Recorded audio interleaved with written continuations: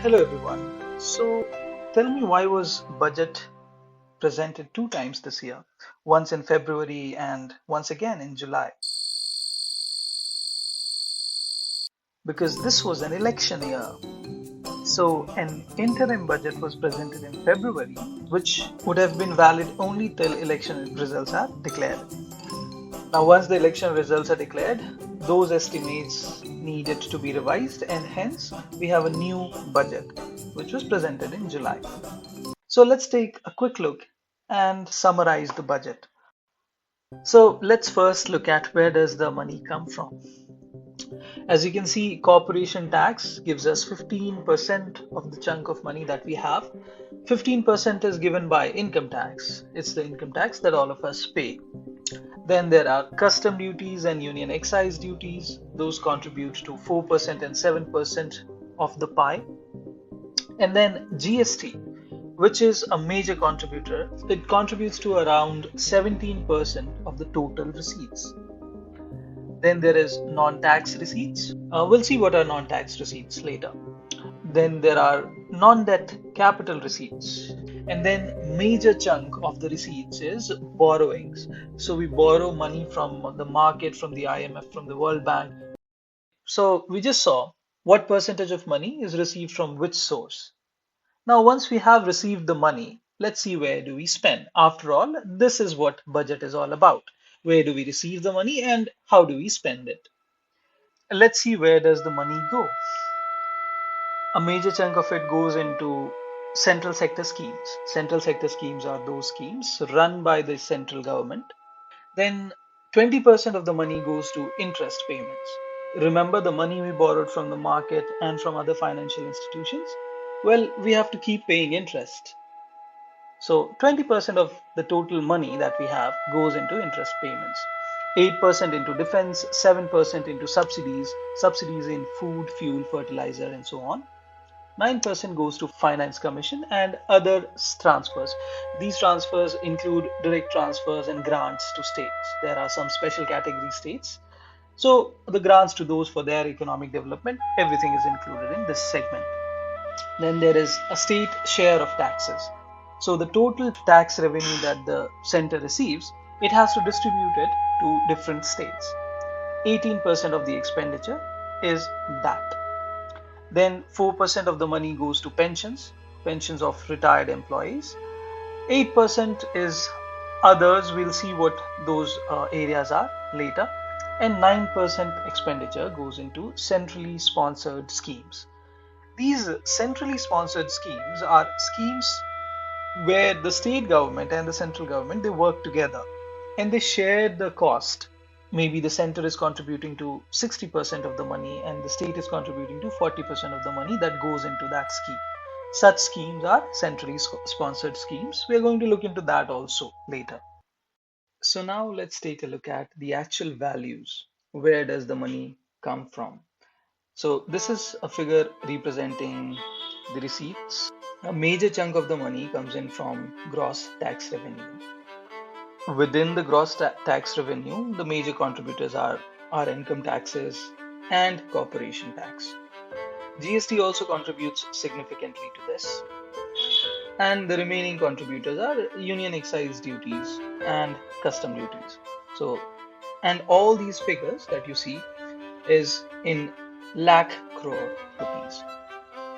Okay. Now, from the gross tax revenue, some tax revenue is distributed to the states. That's the state share of taxes.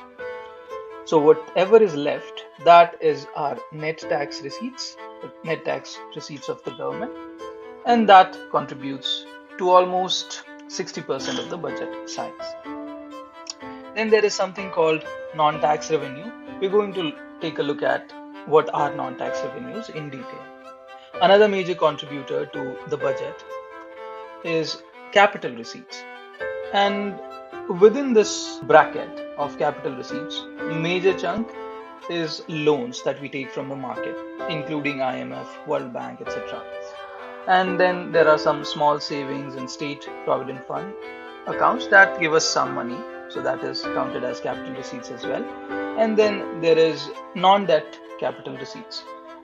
What are these things? We're going to look into that also. So let's dive deeper into capital receipts. What is it all about? As discussed, capital receipts it's the money that the government borrows or earns by selling its assets.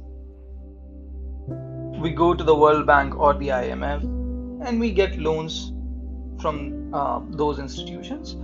But those loans are not given for free. We have to promise something.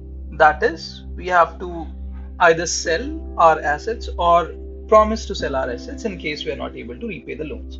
So those are borrowings. Borrowings are also done in the form of bonds and securities, which are issued to the public. So the government bonds that we can buy, those are kind of government is borrowing money from us, from the people. Another part of capital receipts is recoveries from loans, as we discussed, or these are recoveries made from loans given to PSUs.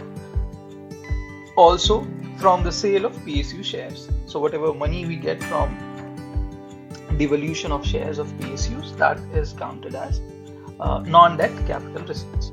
So, we saw a little small circle, right? Small bracket showing non-debt capital receipts.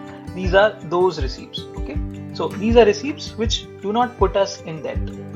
So this is all about capital receipts, more or less. Let's go back and let's dive a little deeper into what are non-tax revenues. Non-tax revenues include these things, okay? So it includes the donations received by known or unknown entities, profits from PSUs. Remember, PSU appeared in the last segment also, but that was when we sold the shares of PSUs. Here, however, no selling of any shares of PSUs, it's just pure profit. So that comes as non-tax revenue. Then there is this fees and services, court fees, license fees, registration fees, and so on. Then there are fines and penalties and rents, municipal fines and several other kinds of fines and penalties that the public pays. Moving on to the sale of government assets. Now, this is pure sale, okay, not devolution of some shares. So government decides that, okay, they're not going to use these assets or it does not feature into their future plan. So they're going to sell those assets, and whatever money the government receives, that is counted as non-tax revenue. And finally, interest earned on loans. So the government of India doesn't only take loans, it gives loans as well. It gives loans to major developing countries in Africa, sometimes to states. So yeah, whatever interest the government of India earns from that falls into the bracket of non-tax revenue. And overall, for this year's budget, it's coming out to be around 3.02 lakh crores of rupees, the non-tax revenue. It's a significant chunk. So we just saw where does the money pour in, which makes the budget size for this year as 45.03 lakh crore rupees. Let's now look into the expenditure. So the budget profile has expenditure shown here. Where is this 45.03 lakh crore rupees spent?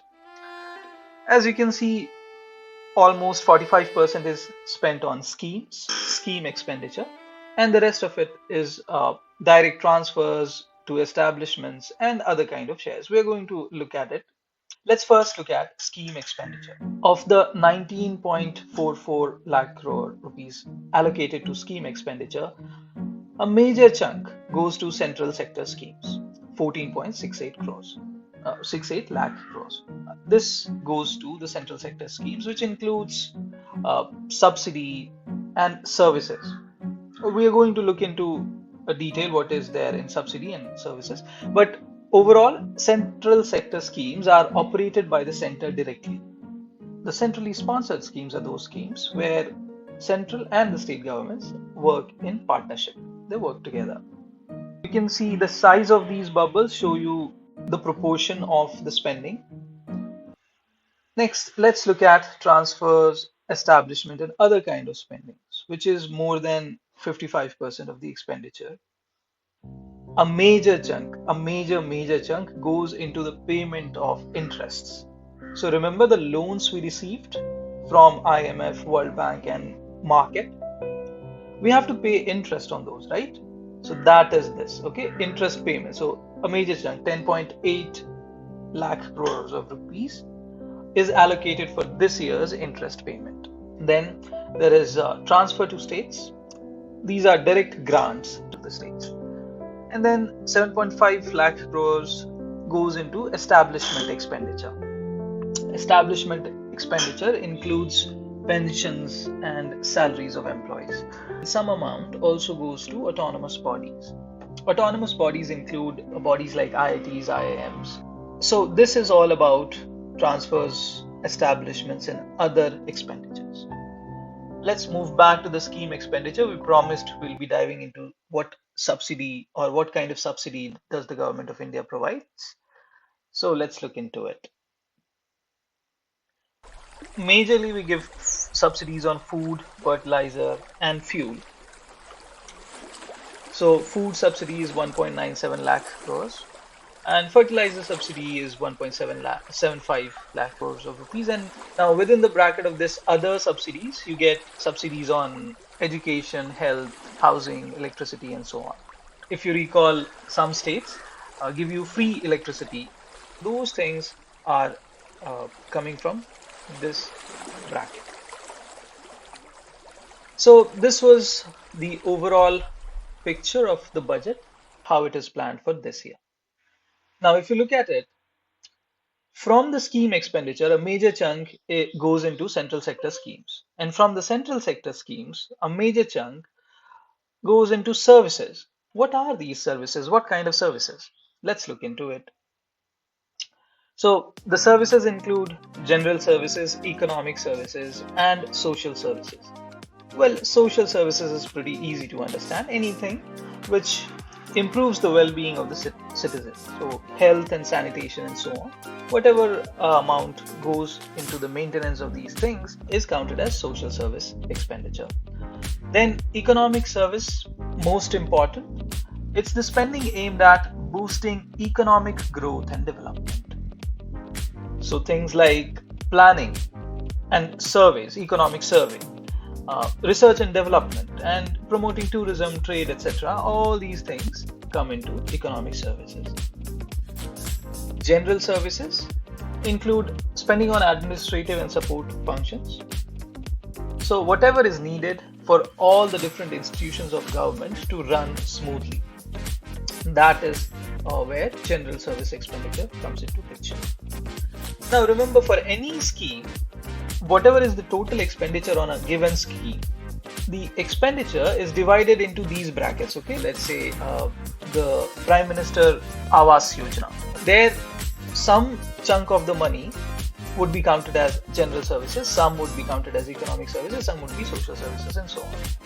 So I think the services part is clear, and why is a major chunk of the core expenditure, the central sector scheme expenditure, is services. And let's take a deeper look into what are centrally sponsored schemes as well. Centrally sponsored schemes, these are schemes where state government and central government work in tandem.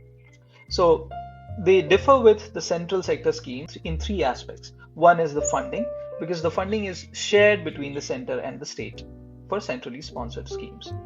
Also the implementation, both states and center implement it together. Okay, either the state implementing it with an oversight from the center, or they both working together. And the third area where the centrally sponsored schemes differ with the central sector schemes is that the centrally sponsored schemes relate to the state list subjects, whereas the central sector schemes, they cater to the union list. Okay. With this, I think we get a clear picture of where the money is coming from and where the money is going.